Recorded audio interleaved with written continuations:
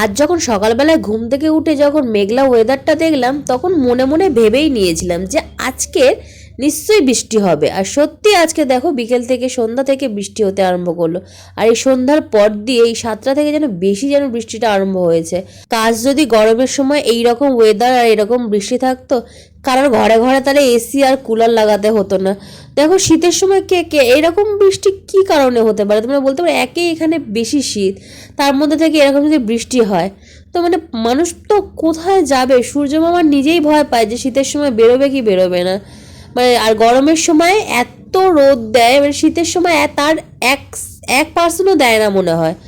তারপর কিছুক্ষণ বসার পর যখন দেখলাম 8টা 10-15 হয়ে গেছে, তখন আর ভাবলাম যে আর কাস্টমার আসবে না।